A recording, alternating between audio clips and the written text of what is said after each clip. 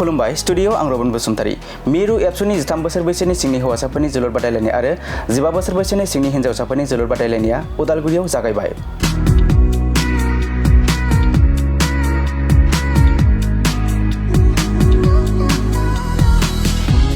बड'फा गोजोरथियारि सोलायनाय मावथांखिखौ बिथा खालामनानै गोबाव समनिफ्रायनो मिरु दुलाराय बर' फरायसा आफादनि बानजायनायाव 13 बोसोर बैसोनि सिंनि हौवासाफोरनि जोलुर बादायलायनायजों लोगोसे 15 बोसोर बैसोनि सिंनि हिन्जावसाफोरनि जोलुर बादायलायनायखौ खुंफुंबाय।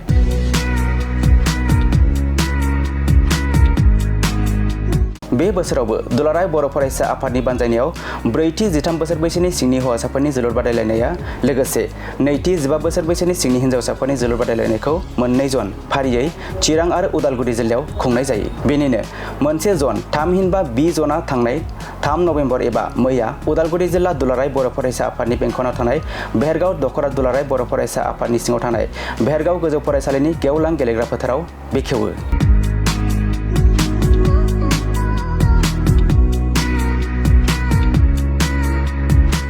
13 बोसोर बैसोनि हौवासाफोरनि बेखेवजेननाय गेलेनायाव उदालगुरि जिल्ला आरो हजाइ जिल्ला दुलाराय बर' फरायसा आफादनि जोलुर हान्जानि गेजेराव जानानै थाङो।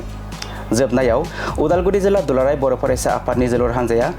हजाइ जिल्ला दुलाराय बर' फरायसा आफादनि जोलुर हान्जानि हेंथायै 7-0 गलनि फारागथियाव देरहायो। हाबाफारिखौ बेखेवना होयो दुलाराय बर' फरायसा आफादनि लोगो आफादगिरि खोरोमदाव औवारी बिथाङा। गेलेनाय बिथिङाव बड'फा गोजोरथियारि सोलायनाय मावथांखिखौ बिथा खालामनानै इयुन लाइमोनफोरखौ थुलुंगा होनाय, बेनि गेजेरजों दुलाराय बर' फरायसा आफादनि बड'फा एफसिनि जुनै गेलेगिरिफोरखौ गोजौ फारसे गेलेनाय बिथिङाव दावगाहोनाय, बेनि इयुन जिउ राहा दानाय, लाइमोनफोरखौ जौ जुवा ड्राग्स बायदि गाज्रि थासारिफोरनिफ्राय गोजान खालामनाय बे हाबाफारिनि थांखि होनना फोरमायो दुलाराय बर' फरायसा आफादनि लोगो आफादगिरि खोरोमदाव औवारी बिथाङा। दिनै बेहेरगावनि बे हायार सेकेन्डारिनि गेलेग्रा फोथाराव दुलाराय बर' फरायसा आफादजों बानजायजानाय हौवासाफोरनि 13 बोसोर बैसोनि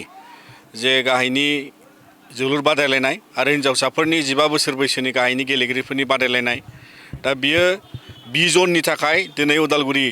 जिल्लानि सिङाव गासै माखासे जिल्लाखौ लाफानानै बेवहाय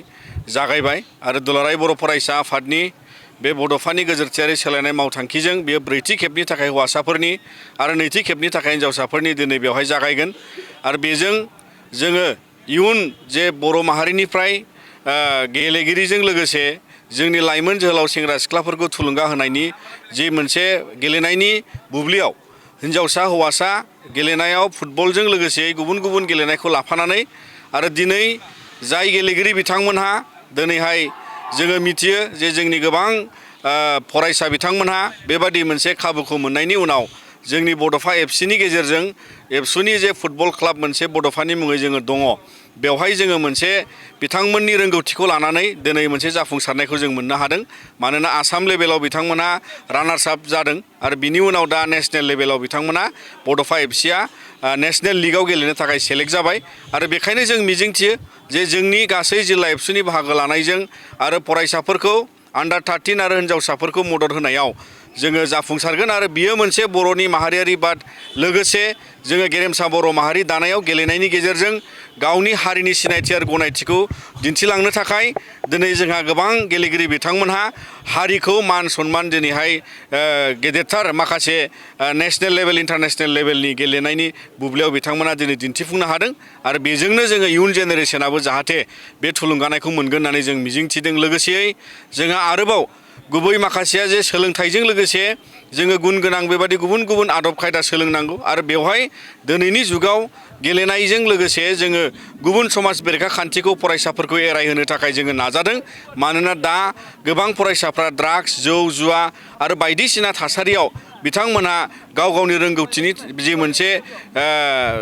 गियान आरजिनांगौनि बुब्लिखौ बिथांमोना बेफोर गुबुंले थासारियाव थांसननानै आन्दायो। दा बेखायनो जोङो बेजों मोनसे समाजाव जाहाथे जोंनि दिथागिरि समाज सिबियारि बयबो समाजनि मोजां मोनग्रा सुबुं बिथांमोनहा दिनैनि बे गेलेनायजों आरो जोंनि बर' माहारिनि गेजेराव अराय दुलाराय बर' फरायसा आफादा जोङो बे थांखियारि नोजोरजों गेदेरथार समाज दाफ्रामनायनि थांखिजों बड'फानि गोजोरथियारि सोलायनाय मावथांखिजों गेरेमसा बर' माहारि दानायाव गेलेनाया मोनसे बाहागो जालांगोन आरो मोसानाय मुसुरनायाबो अराय एबसुनि प्लेटफर्माव बेयो मोनसे बाहागो। दा बेजों जोङो दिनै हारि दाफ्रामनाय खामानिखौ मावलांनो नाजादों।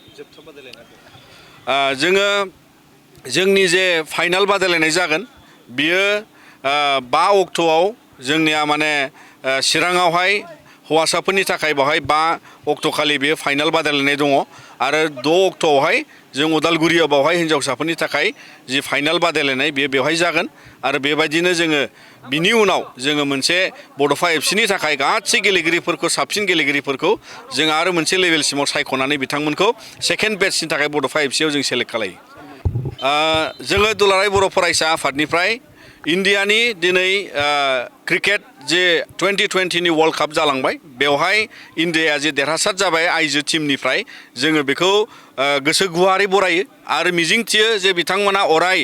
इन्डियानि उइमेन एम्पावारमेन्टनि उइमेन बा आइजो माहारिनि जौगानायनि थुलुंगानि नेरसोन हिसाबै बिथांमोना बे देरहासारनायजों गासै जोंनि हिन्जावसा गेलेगिरि बिथांमोना थुलुंगानाय मोनगोन होननानै मिजिंथिदों मानोना गेलेनायनि देरहासारनायनि गासै गियान गासै बोलो गोसो बिथांमोनहा दिनै पृथिबिनि गेजेराव दिन्थिफुंबाय आरो बेखौ नोजोर बोनानै जोंबो मिजिंथियो जोंनि बर' हिन्जावसाफ्राबो फुटबल काबादि गुबुन गुबुन क्रिकेट गेलेनायाव जाहाथे बिथांमोनाबो बे थुलुंगानायखौ लागोन होननानै जों मिजिंथिबाय आरो दुलाराय बर' फरायसा आफादा अराय बिथांमोननिसिम जोङो जोंनि मान आरो जोंनि हामलायथिखौ जोङो बावहरनानै बिथांमोननि देरहासारनायखौ गोसो गुवारै जों बरायबाय दे